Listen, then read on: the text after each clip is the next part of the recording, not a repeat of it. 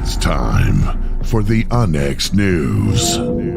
Extraterrestrials, time anomalies, dimensions, remote viewing, UFOs, UAPs, and USOs, ghostly encounters, abductions, Bigfoot, and more.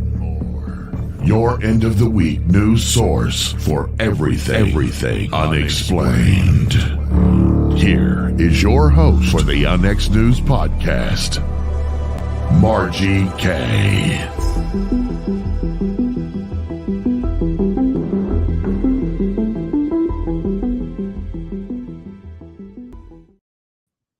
Good evening, everyone, and welcome to the program. We're here every Friday at 6 p.m. I'm your host, Margie K., and this is Onyx News on the KUNX Digital Broadcasting Network. And I'm hearing a double echo. Race, are you hearing that on your end? It's repeating. I don't hear it. Oh boy. Okay. Well, we're just going to have to deal with that. Okay. Well, first of all, this evening, I want to announce the winner of the April contest, which was the Into the Rabbit Hole contest, the best story. And that goes to Mr. James Bear. So congratulations, James. You're going to get a nice box of Onyx swag. And also, that story is going to be printed in the next issue of Onyx magazine. And of course, this issue just was released a couple of days ago. Get more information about that at unxnetwork.com. And it's a really good issue, and it's much longer than normal. So I know you're going to enjoy that. If you are an UNX subscriber, you get a digital copy of that for free. All right, this evening, my special guest is Constance Victoria Briggs. She's a metaphysical, spiritual, cosmic researcher and writer. She's the author of The Moon's Galactic History, a look at the moon's extraterrestrial past and its connection to Earth, and a number of other books. And with several of these books having thousands of entries, I would say that these are more of a textbook than anything else, and definitely good for researchers. And Constance has been on multiple programs. It's her goal to investigate the mysteries of the universe and how they connect to humanity. Constance and her family make their home in Southern California. Welcome to the program, Constance. Hi, Margie. Thank you for having me this evening. Well, thank you so much. And thank you for hanging in there while we were fighting with our technical issues, which I'm still having on my end. So this is going to be interesting. Sorry. So how is it in sunny California? Is it sunny today? For the first time in a long time, it is dry weather. We're happy. It's sunny today, and it looks like, it's been raining a lot here. It's sunny today. It looks like it's going to be sunny for about a week and a half at least. So we're good. Goodness. Well, that's good news, because I know you have been rained on and snowed on and everything. So, yep. Mm-hmm. It's been a little bit crazy. You've got a number of books, of course, we're going to talk about. And you got interested. Well, how did you get interested in the moon mysteries to start with? Yeah. So, I started out and, as you told the audience in the introduction that, I was studying the metaphysics and writing about angels and spirituality. I had always had an interest in UFOs and extraterrestrials. I've always felt that we were not alone in the universe. And for me, the idea, for example, of UFOs flying around wasn't news. That was just something I knew, accepted, felt, moved on. But I was looking for the benevolent extraterrestrials. I thought maybe, since I had written a book on angels, I thought, I think there's extraterrestrials out there that may be trying to, connect with Earth and possibly trying to help us. I had heard that in passing information.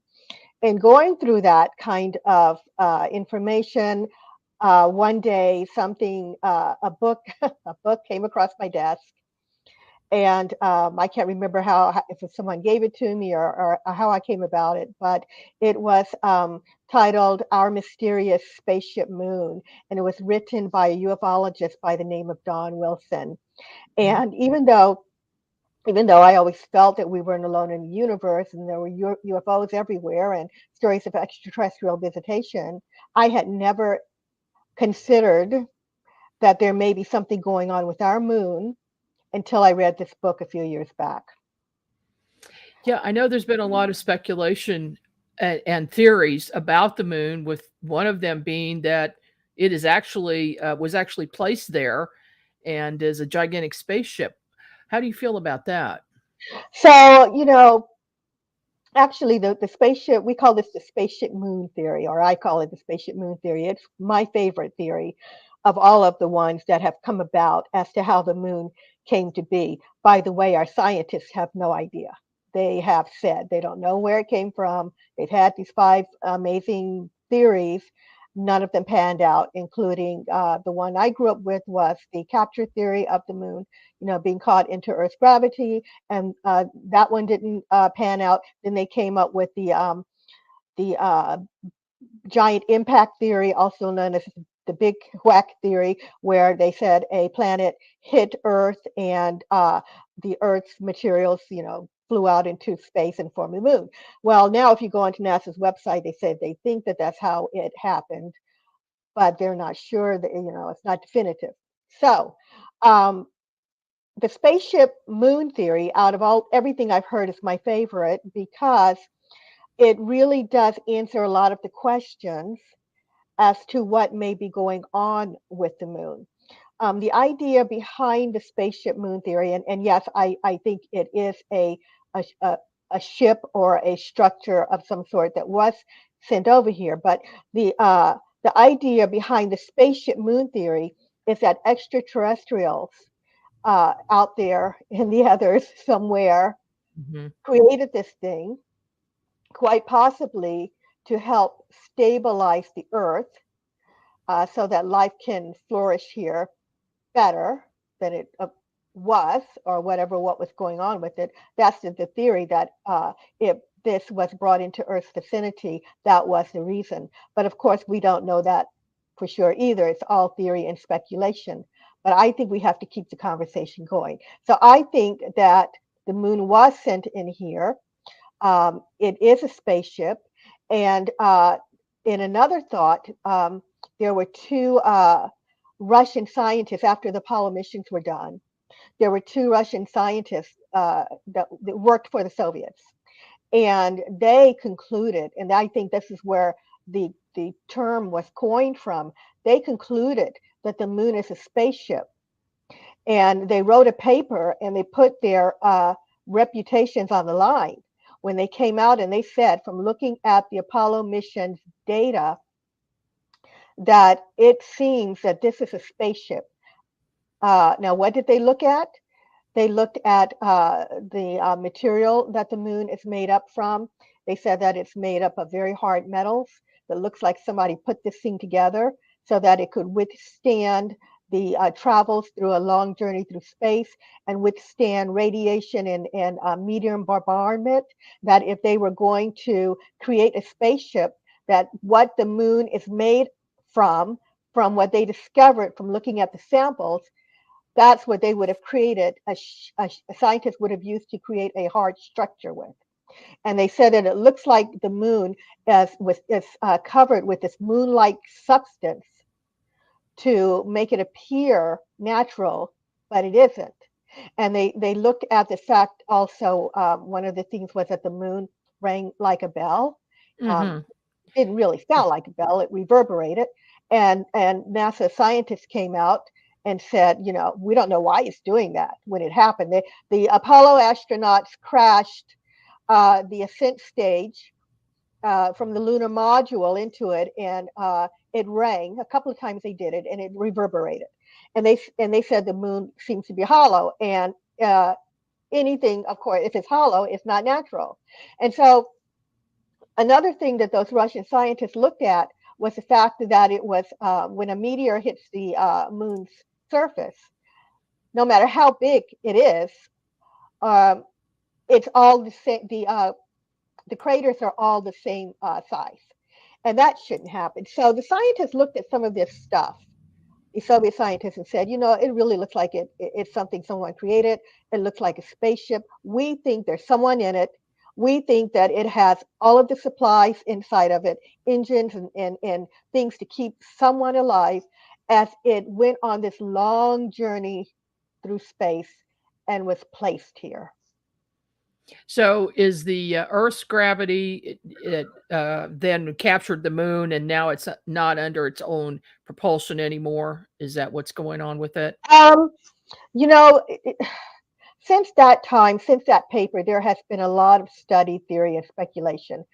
The thought is that it's not captured. In fact, it has been said that it's just too big for Earth's gravity to have captured it or be holding it, that this thing is independently there. Now, that may account for what the Soviet scientists were saying about there being engines in it and other devices that are continuing to make this thing run. Well, that is fascinating. Isn't it amazing? Now, as far as ET goes, Mhm. let's go before you got interested in the moon. Did you have any ET sightings yourself or UFO sightings? Yeah. So I have not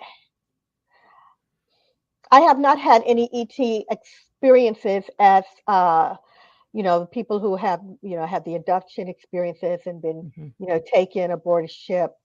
I've had a lot of out of body experiences, and I've done a lot of traveling outside of the body, and I have seen a ship, I would say, a couple of times for sure. One was during an out of body experience, and um, I slip out of my body. I call it slipping out. Mhm. And in this particular night, or excuse me, day, I was taking a nap, and my little infant son was taking a nap, and I was traveling, and I came across in that travel, that astral travel, an amazing ship, something like I've never seen in any of the pictures before. It was glorious, and I was going towards it, and I was almost entering it, and I believe that this was real. Okay, for listeners who say, "Oh, it may have been a dream," it wasn't, because I constantly had out of body experiences, and this was a place that I was, and I went to move inside of it, and I was thinking, um, I hope my telephone doesn't ring and pull me back. I hope the phone doesn't ring. And sure enough, my husband called, and I was immediately snatched back into my Oh, body. And I missed going inside of it. And as far as I know, because we travel, excuse me, we travel and we don't always remember when we mhm. wake up where we went. But as far as I can remember, I haven't been back there. Um, I had another occasion that hit me not very long ago. So for years, I had this memory. This occurred when I was 9 years old, and I was riding in a car with my mom in Alexandria, Virginia. If anyone knows the area, she was driving, and she was a very nervous driver. She didn't like for the kids to make any noise. I was in the back passenger seat on the right, and I saw something in the sky, and it was circular, and it had lights flashing, different colored lights were flashing.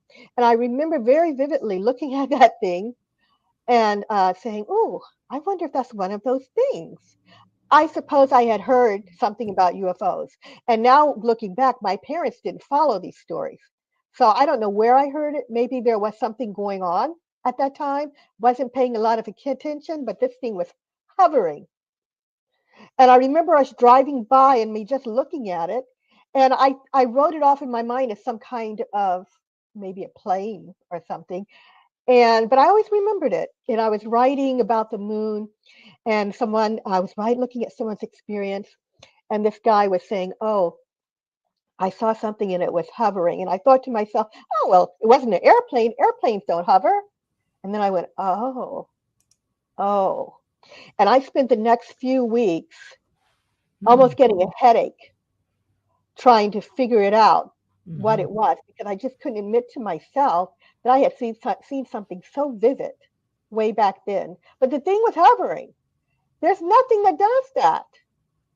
So that's I can say that I saw that. If there's anything else in this long life of mine, I don't remember as far as UFOs go. And I don't UFO watch. I keep saying I'm going to get some, of those cameras or goggles or whatever they're called, Then night vision goggles. yeah. Do it because I don't like to be outside by myself at night. So Uh, get someone to lately go I've been, with you. it would be great. No, lately I've been thinking Uh-huh. about doing it. My husband goes hiking at like, really early. And I'm like, well, when he goes, I can go outside and, maybe I'll get something. But I have to tell you, I had an experience once. I used to think this was an angel, but now I'm more inclined to think it was an extraterrestrial because of the work that I'm doing. And because I feel like I get, and you'll know what I mean, Margie, I feel like I get downloads of Mhm. information.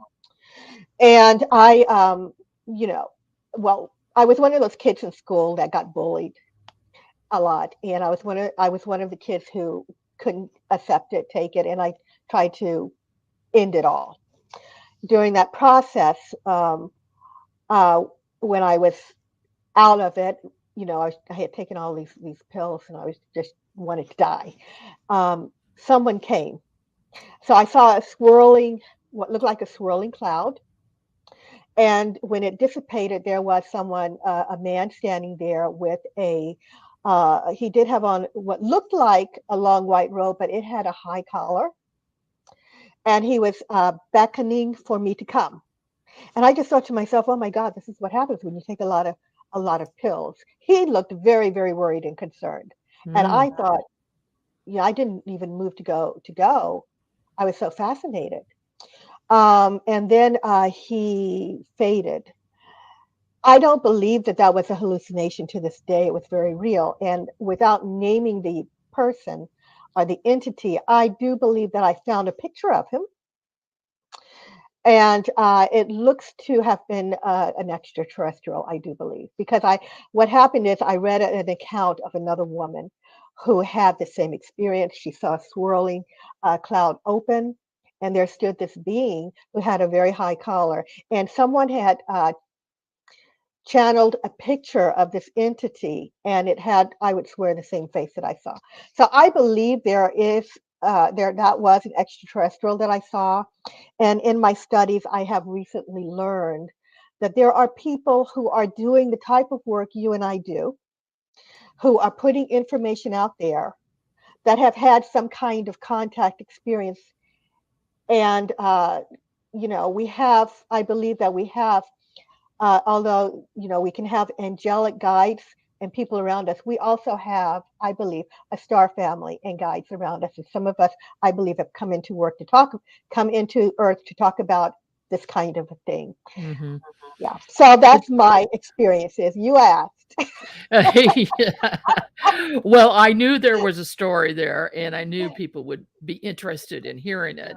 Yeah, Um, it sounds like you had a near-death experience, and, a lot of people who have NDEs also have contact with ETs. Do yeah, you think that you've been guided to do the work you're doing by ETs? I do.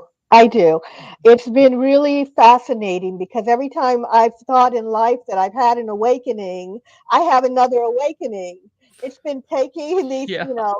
like steps, learning about spirituality and God, and then angelic beings that are here to help, and doing an encyclopedia on that all those years ago, and then having I always had this memory that was not Earth, that did not occur on Earth, of standing in a light. I remember the light, and that Mhm. happened. And then I feel like, other things were happening. It's too much to go into here, but I feel like I was getting this information and downloads. And finally, it came to the point where I knew that I was connected to somewhere else.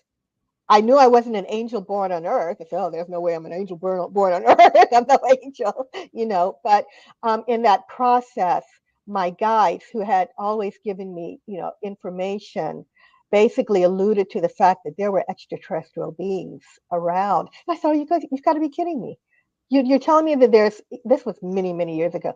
There's, Mhm. aliens around, and they're like, yeah, and they gave me some information. And it started me on the path of trying to figure out, where this was coming from. And I ran across a book, and I will share it with you. That kind of sealed it for me, and I understood a lot better.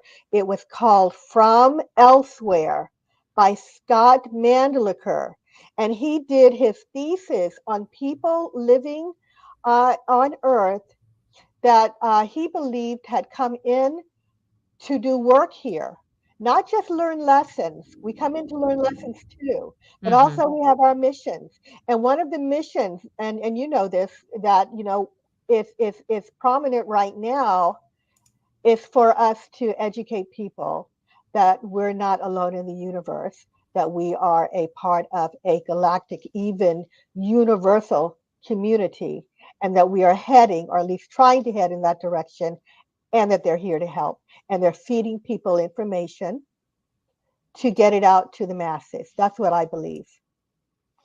I agree with you 100% on that. That's the exact message that I get from my ET contacts as well. And do you think that things have ramped up lately, that there's more ET contact than usual and that people are waking up? I think that things have definitely ramped up. I mean, we are seeing so much out there. So, I mean, as I said, I'm not out at night watching.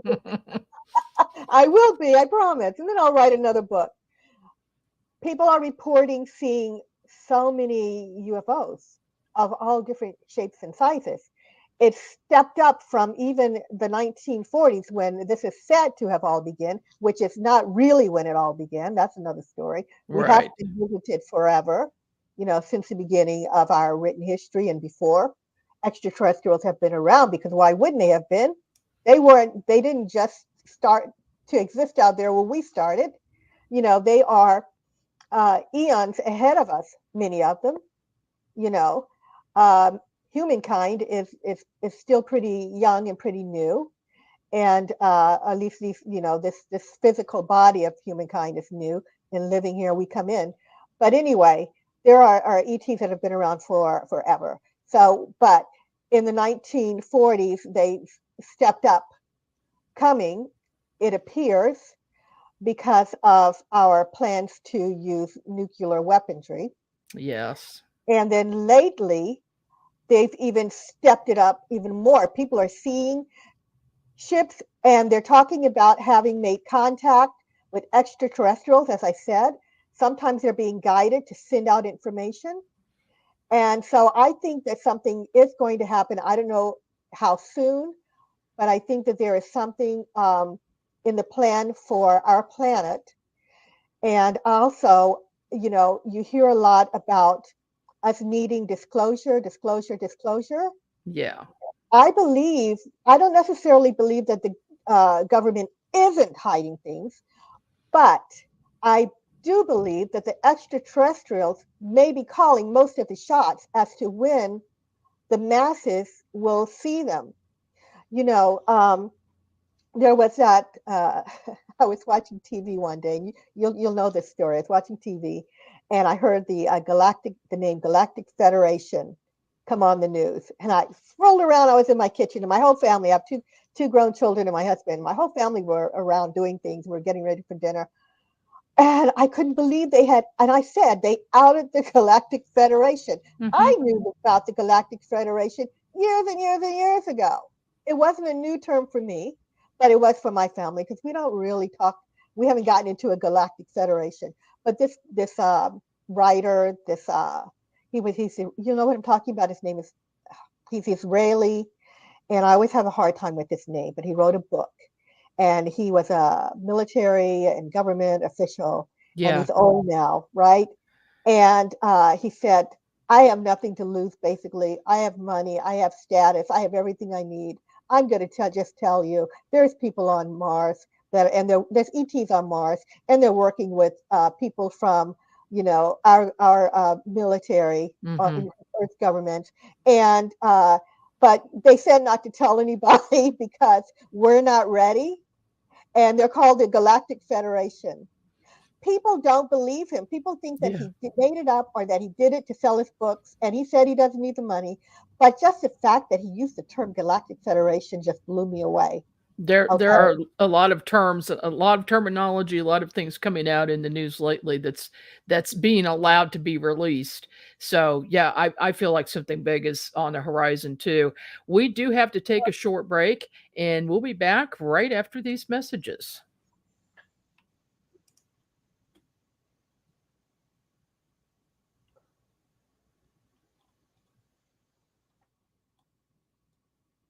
Are you thinking about purchasing a wood-fired heating or cooking appliance but don't know where to start? The new book, Wood-Fired Heating and Cooking, will guide you through the process and make the decision much easier. Find out about wood stoves, wood-burning fireplace inserts, masonry heaters, cook stoves, brick ovens, and more. Learn about operation and maintenance, buying and storing wood, even how to make your own charcoal. A bonus section includes delicious recipes for cooking in a wood-burning oven, grill, tandoori oven, or smoker. The wise homeowner, prepper, or homesteader will have the ability to heat their home with wood when the power goes out or to save money on increasing gas bills. Wood-fired heating and cooking is available at Amazon. Visit www.woodfiredpub.com for more information. That's woodfiredpub.com. My book, The Kansas City UFO Flaps, covers cases that have occurred in Kansas City over the years. Kansas City has long been a UFO hotspot since before the year 1900. I cover many of these cases, starting with the airships in 1897. I cover a lot of cases and speak with actual witnesses. You'll see photos of UFOs and find out why this may be happening in Kansas City. And what is creating portals that could create interdimensional openings.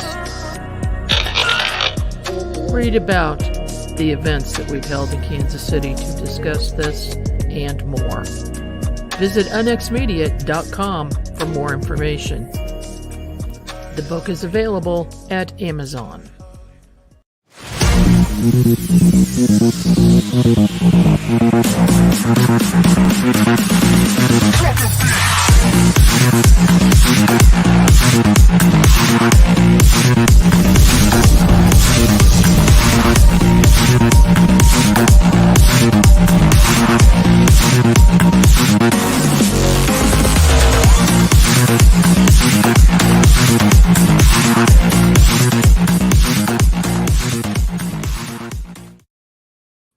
And we're back. I'm Margie Kay. This is UNX News on the KUNX Digital Broadcasting Network. My guest this evening is Constance Victoria Briggs. And Constance, you have had a fascinating life, fascinating story. I wonder, of course, why don't you give us an outline of what your latest book covers? Right. So I hope you can still hear me okay. I was Yes. moving around. You're okay. So basically, my latest book, excuse me, I'm going to show you if you don't mind, is the Moon's Galactic History, a look at the moon's extraterrestrial past and its connection to Earth. There it is. Yeah, so excuse me, I had written you had mentioned also the Moon Mysteries encyclopedia that I wrote, the Encyclopedia of Moon Mysteries. Yes. And that one was from A to Z, and people could, look up all of the weird things going on with the moon. And they wanted something more. They wanted to, people, talk to me, and they wanted to hear my voice, and they had more questions. And so I decided to tell the moon story, basically, with the new book, The Moon's Galactic History. I take people from the beginning of what I understand of where we started with the moon. I go all the way back to the moon. I call it the moon's ascension, and I talk about the idea that there was a time when there was no moon, and I come forward through that ancient history, going back to the Greeks, really, and ancient Greece, and then I come up to today. So I cover a lot of information on the moon and what I believe is extraterrestrial contact and how we're connected to it and how it affected Earth.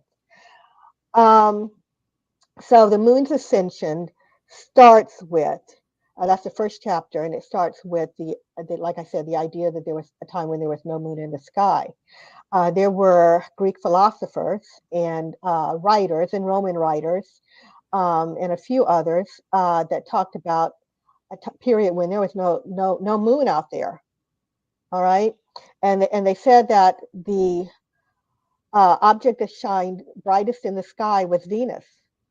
And yeah, and they said that it was this time during where the Arcadians lived. Now, the Arcadians are a group of people that these same writers said existed before even the worship of Jupiter, or going all the way back to the worship, and that was early.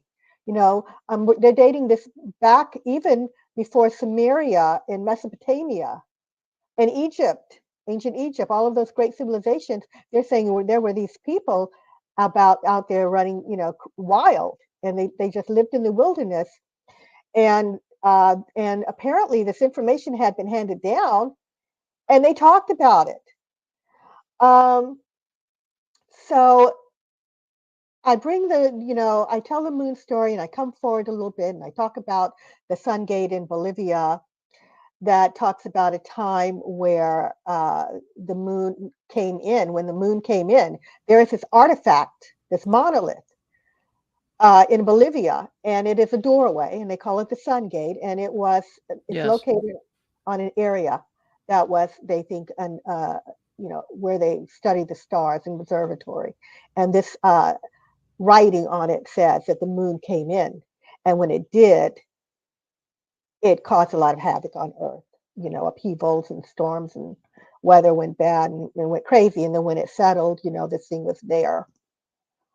And so I personally feel like we have to look at all evidence from our past if we're ever going to figure out who we are, why we're here, and our extraterrestrial connection to the stars. I think we have to look at all information, not what we're just being told today, but the past too, especially people who lived so far out, so far back. Certainly. Yeah. We have that limited information because things like the Library of Alexandria, were destroyed, that probably had records of all of Earth's origins, of human origins. It's been destroyed. So we have to examine it all. So my book goes into that. And then, I come forward in history, and I talk about I talk about if the moon is a spaceship, or you can call it a mega structure.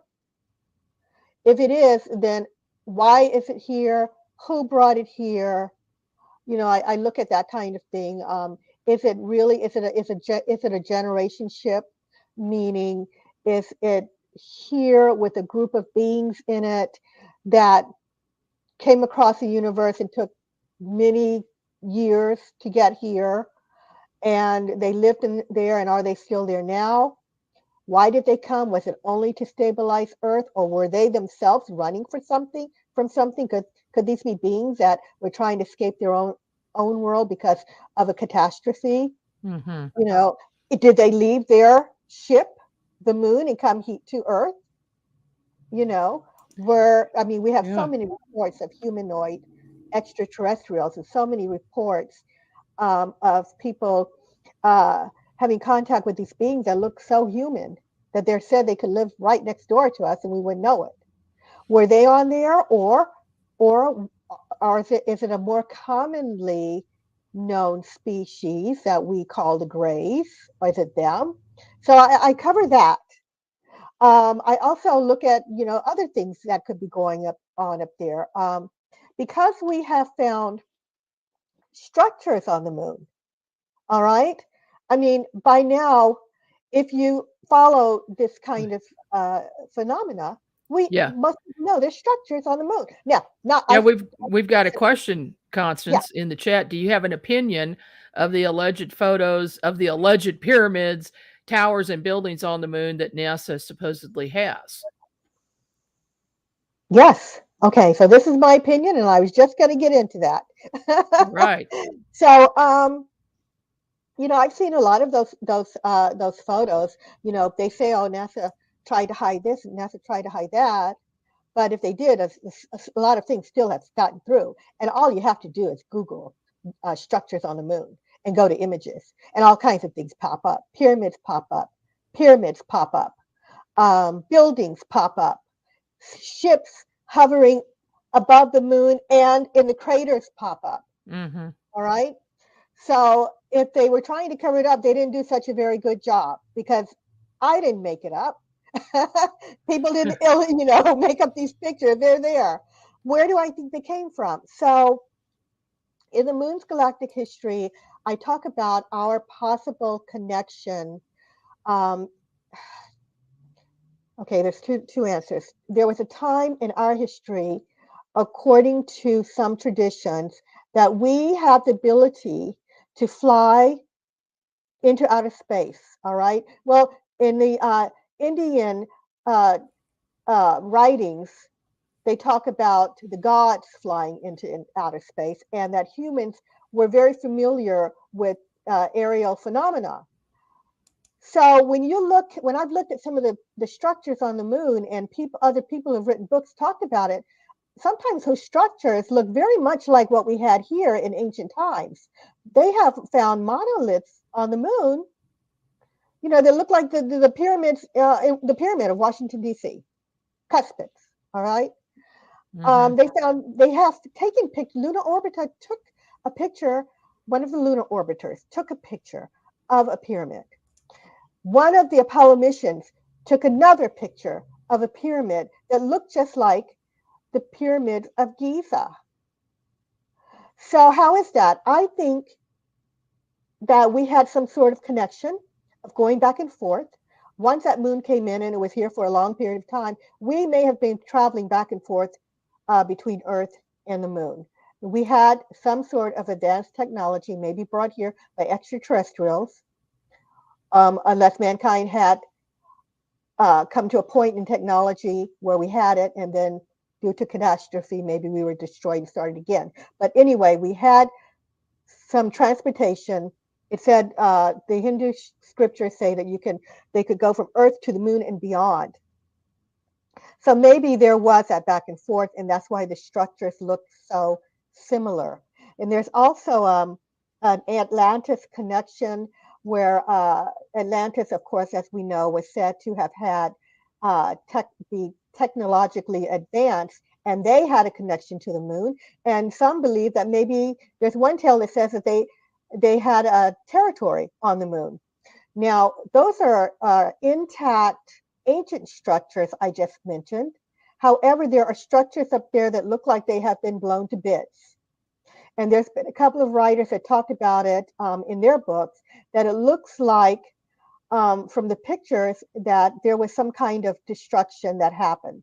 Now, if you look at the moon's craters, you can see that some of them look like they were meteorites, but also some of them look like nuclear blasts. And if you look at Earth, like there are some places around Earth, some in South America, for example, they discovered some ancient cities in the jungles that looked like they had been bombed. And they're opening up Mars. We're looking at Mars now, and some of those pictures look like things have just been, shattered. So the question there is, was there a connection to the moon and those structures, that were bombed? Were we in a war with each other? Was there a kind of Star Wars, or were we all fighting together some kind of unknown foe? But it does look like there was some kind of nuclear bombed occasion where we and the moon and perhaps Mars were fighting. Now, who put the structures on the moon? Besides, the ancients, there are also structures that look like they're inside of the craters. I was talking about the surface, but we're also talking about inside craters. Mm-hmm. Today, astronomers are saying that they're finding what looks like structures in the craters that are coming up today. People are looking at Google Moon. That they're new structures, Right, that new have structures. appeared. Mm-hmm. There's a city, a metropolis up there, and that may be hidden from us, but that's not even working very well because they're reporting it. And also, I've seen pictures of what looks like fleets of spacecraft leaving the moon, leaving the inside of the moon. There could be Mm-hmm. beings inside the moon that are also operating on the outside of the moon, or there could be more than one type of extraterrestrial up there. But these spaceships are, UFOs or whatever the word you want to use for them, I think they're ships, are leaving, and I wonder where they're going. Are they coming to Earth? Are they going to other areas in the solar system? I think some of them are coming to Earth. And so are we being watched? Is it like I put this in my book, is it like a kind of a duck blind where, there is camouflage so that we can't see them watching us and what we do? And if the moon was brought in, all the eons ago, where are those beings now? Did some come here and they're watching over their own people and they're still there? Mm-hmm. Or are they us? Are they us? Yeah, Oh, yeah. yes, I have that too. And is there a city inside the moon? Now, somebody said that Earth is looks like it's inside out because really we should probably be living on the inside because of the radiation from the sun and all of the catastrophes. It would be safer to be inside our planet, and maybe that's what's going on with the moon. But it certainly does look like there's some evidence that the Earth is hollow and there are people living inside Yes. of the center. Mhm. Now, what do you know about the dark side of the moon? Is there any difference between that and the light side of the moon, the side we see? The surface looks different. It's about all I can say as far as how it looks. There seems to be more meteor bombardment there. But people are, if you're referring to bases and extraterrestrials, people say, I think that there's bases on the far side of the moon.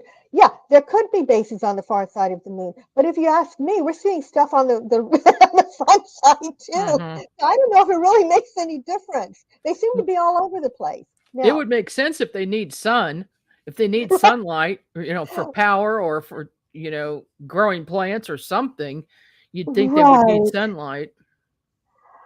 Yeah, Mm-hmm. but I mean, they say, oh, they're hiding back there. They don't want us to see what they're doing. Well, we do see. We see things all the time. Uh, it's just that most people don't know it. If I went next door and knocked on my neighbor's door, they would say, what in the world are you talking about? There's no one on the moon. There's nothing going on with the moon. Yeah. But yeah, I think that there's bases on the dark side. I think there's bases on the far side. I think there's a city all over the moon.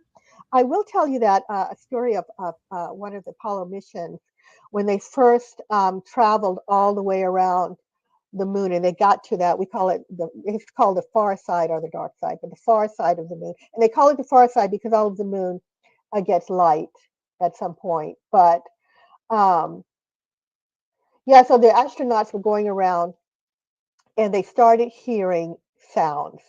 So when they got to the far side, they were out of earshot of mission control. They lost connection because they're so Right. far away. But they started hearing something. And it sounded like, they called it space music, although it wasn't really music. There were strange noises. And they they talked about it. You've got transcripts of the astronauts talking.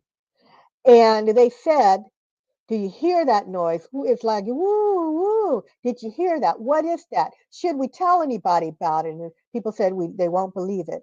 They were picking up something back there, something strange, something unusual. So if you're asking if there's something back there, yeah, there's something back there. That's the one thing that I can say from that. They picked up some kind of signals, and then they didn't come back and report it. They found that in a recording like years later.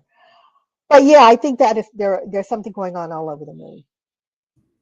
What do you know about the Chinese connection to the moon, that the ancient Chinese have been on the moon for centuries? Yeah, I'm sorry, I don't know much about the ancient Chinese. I mean, I just know the Chinese have sent up probes, and they came back with some interesting stories. They saw, some. One of them saw a UFO that was changing color, and it was just pretty amazing. And But that's all I know. I don't know anything I have to say about ancient Chinese in the moon, Okay. unfortunately. Have you spoken to any remote viewers who have taken a look at the moon and found anything interesting? I have not personally talked to any remote viewers. I would love to. I haven't. I have looked for them, but I couldn't get to them in time with my book deadline. The only remote viewer that I have ever talked about, of course, was Ingo Swann, which most people know about, who did go up there and remote. He did remote view the moon. He didn't go up.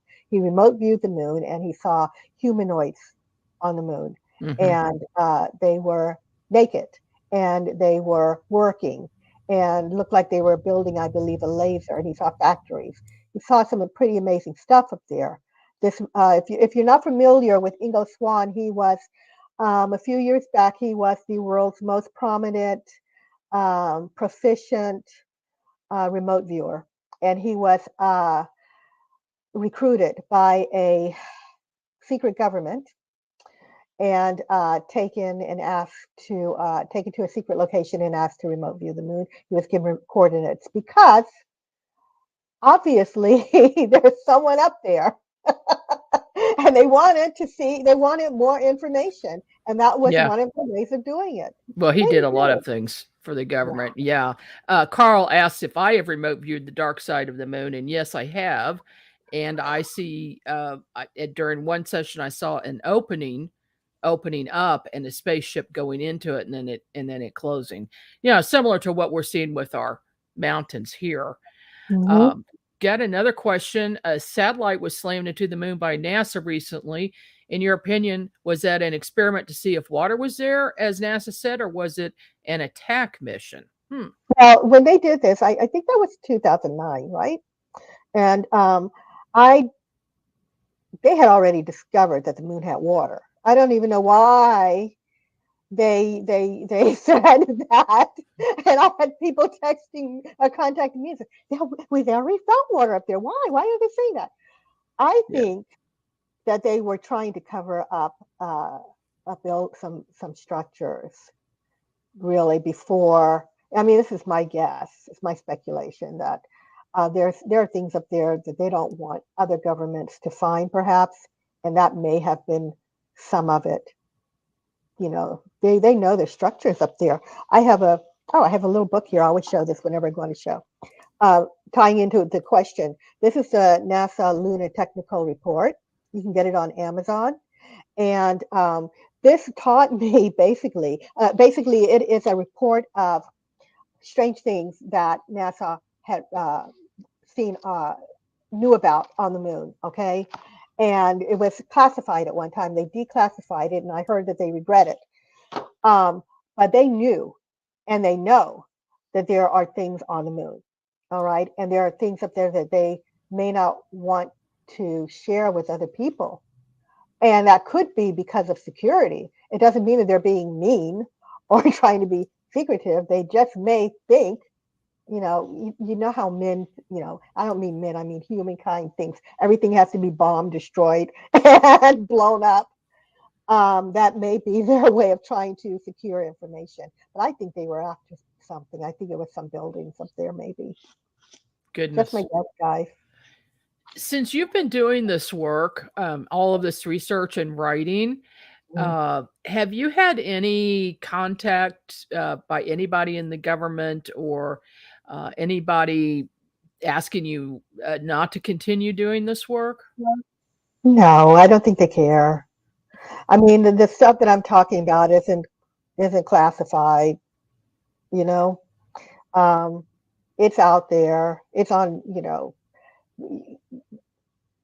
it's not anything. I mean, if I were a government worker, I think they might have concern. I don't have anything like that in my background. So I don't think so. I think there are people who are writing secretive a lot more secretive things than I am. So no, I haven't been approached. And from what I'm hearing, especially since they have come out with all of this information about the tic tacs, um, I'm hearing maybe they would like a little help getting information out there because it looks like something is coming our way. And my brother tells me, they're just not being as secretive about things anymore. It looks like a lot of people are talking, including people from the government. So no, I haven't been approached. I don't really think they care. There's a lot of information out there on the moon. Is there anything about the moon in its past that would be suspicious, like it changing orbit or not being in the right place at the right time? I've had several people tell me that they have seen a double moon where they'll see two moons and they don't think it's a lens flare. I mean, they're looking at it with the naked eye. Just like some people have seen a double sun or a big sun and then one next to it.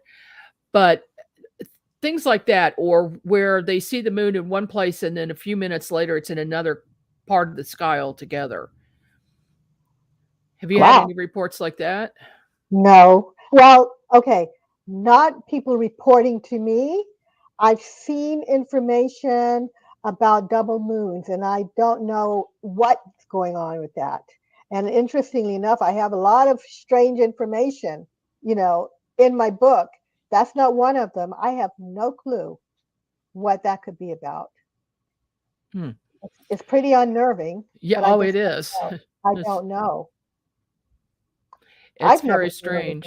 I've never seen anything like that. Yeah, I've had some weird reports. So, um, what are we just have a couple more minutes left in our time. So, Okay.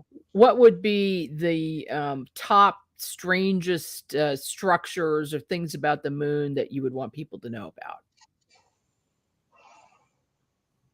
I have a favorite story, guys, um, and that is I call it the boxed structure story. The Apollo 17 astronauts went up, and they saw what they a rectangular type shaped building that was the color and the material of the moon surface. All right. And they were riding their little, I call it the rover, the little dune buggy rover thingy, these two astronauts. And they come upon this thing. And Walter Cronkite was narrating this. And he said, as they were coming closer and the camera saw this structure, Walter Cronkite said, that something like that looked like a man-made building or man-made structure or something like that, he said. And the feed to Earth was cut. Mm. The astronaut saw something, and it took 20 minutes to get it reestablished. And when they came back, they told Cronkite that the little dune buggy the camera on it had accidentally taken a picture of itself. Uh-huh. But there are people today that were watching that still talk about seeing a structure on the moon. I say, I mean, that's one of my favorite stories.